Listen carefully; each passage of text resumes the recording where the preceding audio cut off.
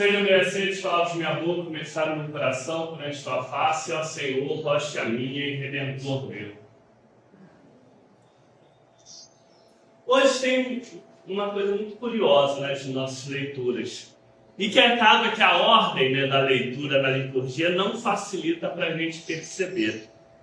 Mas que as coisas não aconteceram na ordem em que foram lidas, né?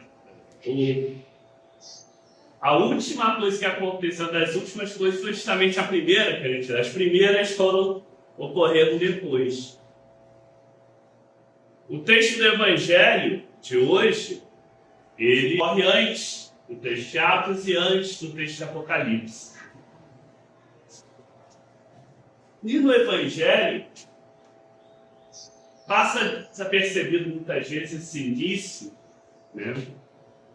Quando fala que eles estavam a portas trancadas.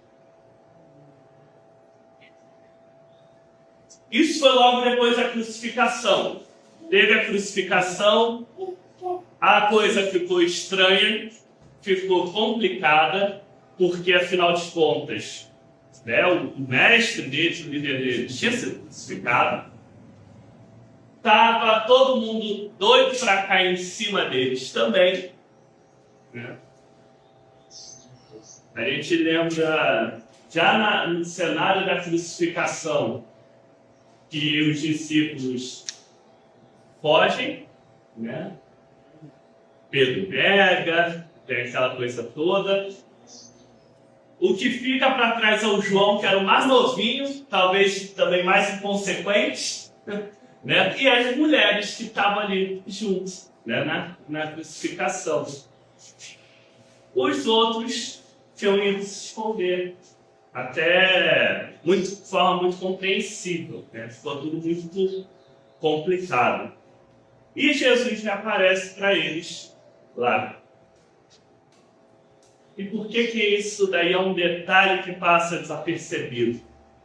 Porque nos outros dois textos, a gente vê o contrário, não vê os discípulos com medo. A gente vê eles com ousadia. João lá já está escrevendo para igrejas que estavam sendo perseguidas, né, no Apocalipse, então encorajando, dando coragem a eles, lembrando o senhorio de Cristo. No livro de Atos, a gente vê Pedro, o mesmo Pedro que naquele momento antes temeroso chega a negar, né, Jesus, que nesse momento está com os discípulos ali escondido, já transformado a experiência da ressurreição, né? Até muito ousado, ali de frente àqueles que perseguiam, que estavam com raiva deles, que estavam querendo pegar eles ali. A gente já proibiu vocês de estarem aqui, não sei o quê. E ele peita mesmo, cara, vai, não, o que importa para mim é obedecer a Deus, não aos homens.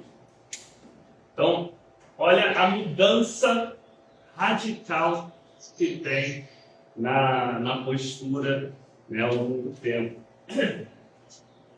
E é interessante até o próprio temperamento, né? A gente sempre lembra muito de Pedro como esse mais impulsivo, mais durão, ali, às vezes de forma negativa, porque em vários momentos do Evangelho vai tomando uns puxões de orelha de Jesus contra isso. Mas ali, nesse momento, não, foi de forma positiva. Ele foi ali que tentou, marcou o território ali, que chegou e enfrentou mesmo uma situação, inclusive, de risco grande.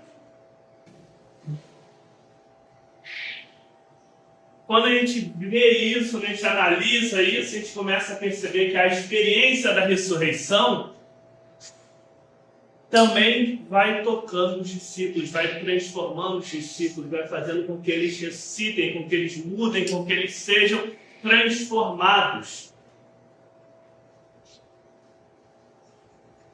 Agora, não é sem percalço.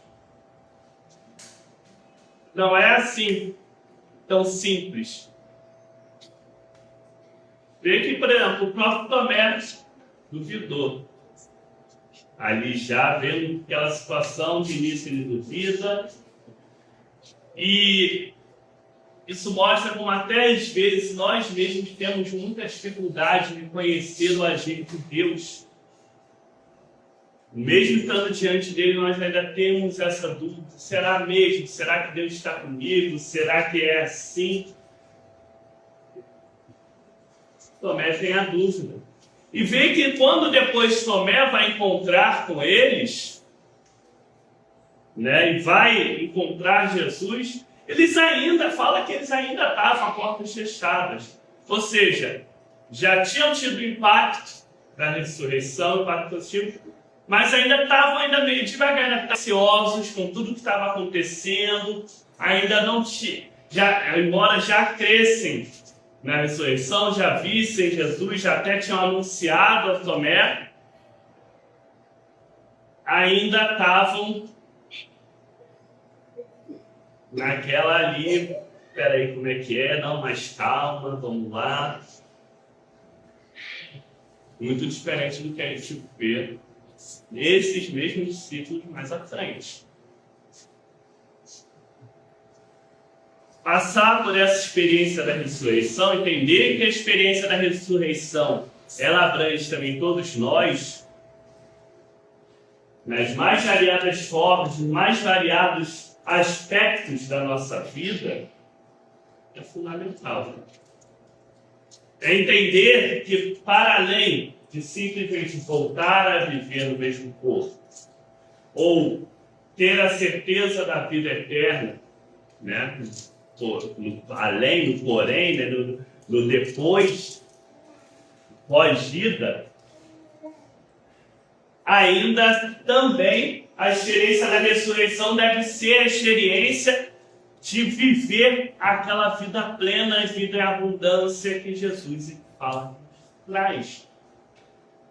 Deve ser a experiência de viver plenamente, saindo daquelas coisas que são naturais e vão vir, vão nos tentar, vão nos atrapalhar, né? Do medo, da angústia, do desânimo, né?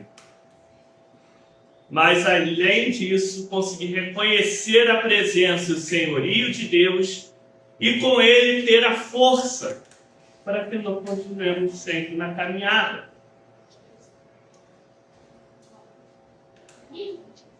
Provações acontecem, dificuldades acontecem, há pessoas que vão colocar em xeque a nossa fé, há pessoas que vão tentar derrubar, como tentaram ao longo de toda a história, mas temos que, como os discípulos, ser transformados pela experiência da ressurreição e, com isso, ter a firmeza, a vivência, a fé para continuar e entender que, como Jesus ali fala, né, de que se perdoarem os pecados, esses discípulos que perdoarem os pecados, né, teriam pecados perdoados, aquelas pessoas, somos todos nós. Todos nós somos chamados a participar da missão de Jesus no mundo. Todos nós, com a experiência da ressurreição, somos chamados a dar continuidade à obra da transformação dos reinos deste mundo, dos reinos de Deus. Todos nós podemos recebemos constantemente o auxílio do Espírito Santo de Deus. Todos nós somos chamados a partilhar essa vida ressurreta. Se deixarmos ser transformados pela ressurreição e poder levar essa transformação e essa vida até as outras pessoas. Que Deus nos abençoe e fortaleça cada vez mais, para mesmo diante das adversidades, continuarmos sempre firmes na vida ressurreta de Jesus Cristo, nosso libertador. Amém.